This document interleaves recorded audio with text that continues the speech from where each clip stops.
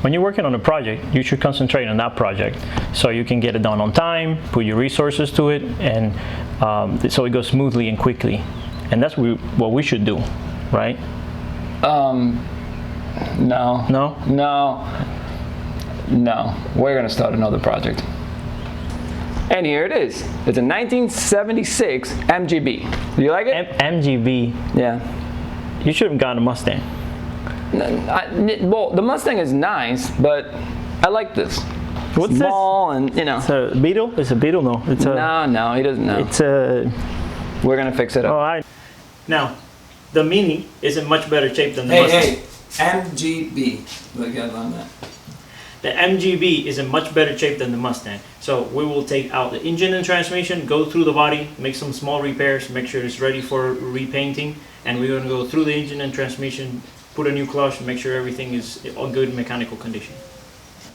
So this car is actually in really good shape. Normally when you buy one of these used, they're literal rust buckets. Like they have holes in the floor, rusted panels underneath, they're really a mess. But this one, we actually got lucky. It looks like it's been garage kept for most of its life. So, you know, there's not a lot of rust to go around. Hey, what are you trying to say? The Mustang is rusty? Yeah, it is. What we're planning on working on today, we're actually going to start taking accessories out. We'll take the hood out. The plan is to remove the engine, service it, new seals, pretty much every part that we can replace and or improve, we will. We'll put in a new clutch, we'll resurface the transmission, paint the engine bay, so this is all going to be new and nice and shiny by the time we got to put the engine back in. A good indication of whether you've gotten a good car or not, usually, is in here. This one is in really nice shape. There's no signs of rust anywhere in here. Normally water leaks and pools and, you know, makes a mess of things and rusts things out. But as you can see, we have original hardware to change the tire, original jack and all original equipment, and it looks pretty good in here. The only panel where we'll need major repair, which, well, I say major, but honestly, compared to the Mustang, this is pretty minor. This panel here, as you can see, it's got a big hole. This is called, I believe, the dog leg rocker, or something rather. They actually sell this piece that goes in right here, so we'll just cut it out, weld the new piece, and this will look perfect. So we didn't do an interior video on the Mustang because it sort of doesn't have one at the moment. But this one does. Hey, it will have one. Well, we keep calling it a Mini. You know? So this interior is actually, even though it's got some cracks on the dash and on the seat, it's torn and stuff like that, it's actually in really good shape. Though we are going to change and put a new dash, we'll put new seat covers and probably some foam, new carpet. A lot of things are going to be new in here, or we'll fix them up and polish them up. The car also is going to need obviously a new top, this being a convertible, but the skeleton of the soft top works perfectly, it's in really good shape, it goes all the way, latches, it's straight, so we just throw a new canvas in here, which is like 250 bucks. This should be an easy fix.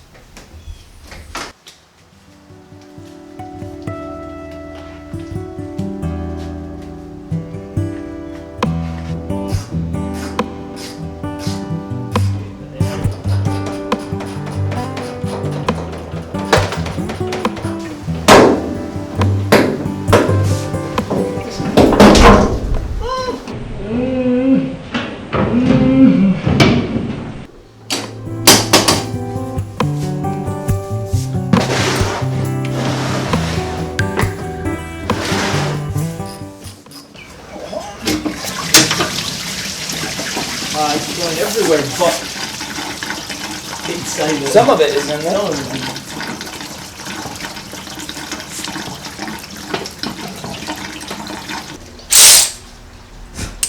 How's it going? Oh, good. It's getting hot. I know, it's summer's coming. Summer's coming. Ow! What's a good way to not lose the screws and the bolts? You put it right back in the same hole you took them, especially if they go in the frame.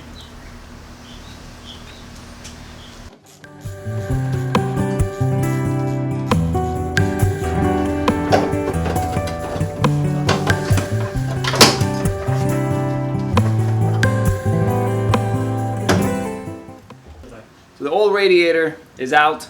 It wasn't leaking or anything, but it looks to be the original. And it's probably got a lot of scale and stuff in there, so we're gonna put a brand new one in there, improve some cooling.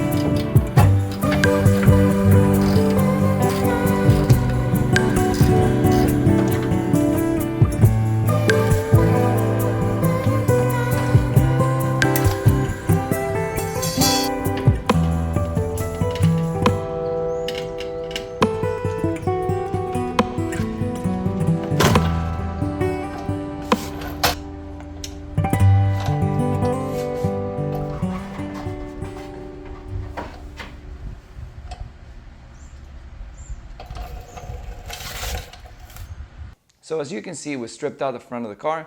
We've taken out the engine, though unfortunately I wasn't able to get footage of that. I've also taken out the big cross member that holds the front suspension together and all the wiring harnesses out of the way. Now the next step is to clean and sand the engine bay and get it prepped for painting. Then we'll get the cross member and the suspension back in the car so we can start working on the engine. So this is it for now. Keep a lookout for our next video as we start working in the engine bay.